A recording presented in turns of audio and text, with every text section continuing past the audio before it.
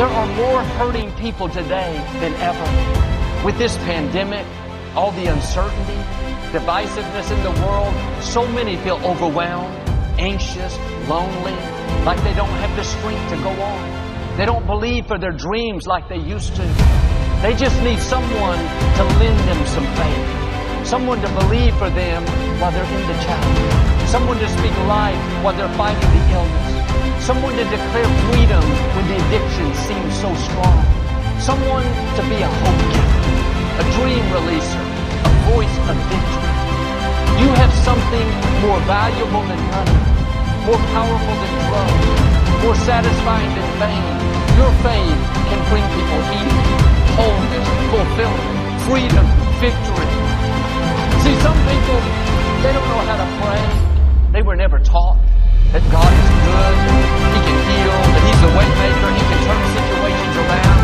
When you ask God for their needs, your faith moves the hands to rule the world.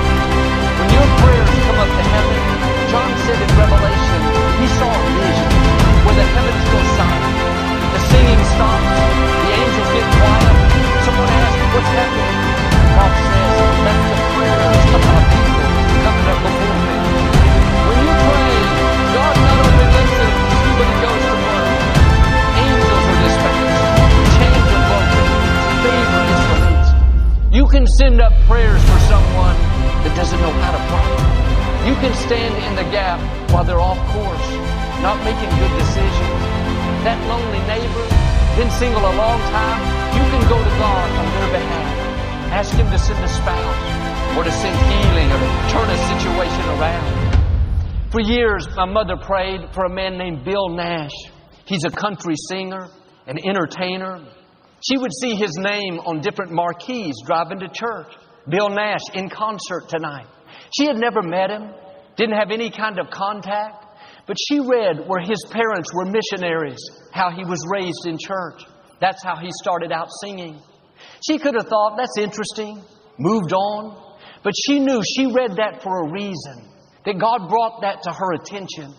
Every day she started praying for Bill, that he would come back to church, that he would fulfill his destiny. Over time, he'd gotten into drugs and alcohol and started doing things he knew he shouldn't be doing. Life was spiraling downhill. One Sunday, for some reason, Bill decided to go to church. Hadn't been in years, but suddenly he had a desire. Of all the churches in Houston, he showed up at Lakewood, sat in the very back. An usher recognized him and brought him down to my mother. She went back and gave him a hug and told him how she had been praying for him for years. He too started weeping. That day was a turning point. He got back in church, did his first Christian concert here at Lakewood. But I wonder where Bill would be if my mother had not been a friend with faith. What if she had been judgmental, critical?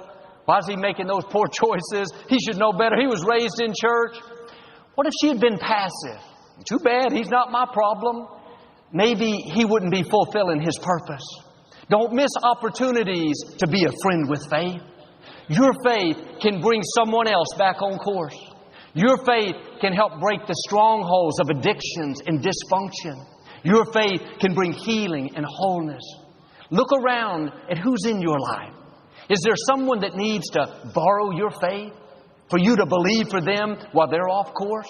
To pray for them when they don't think they can get well? God has created us to need each other. There are times where your faith alone will not be enough. You will need a friend with faith. Someone to stand with you when your faith is weak. To believe for you when you're too discouraged. To lift you when you can't get up. If you'll be a friend with faith, then God will make sure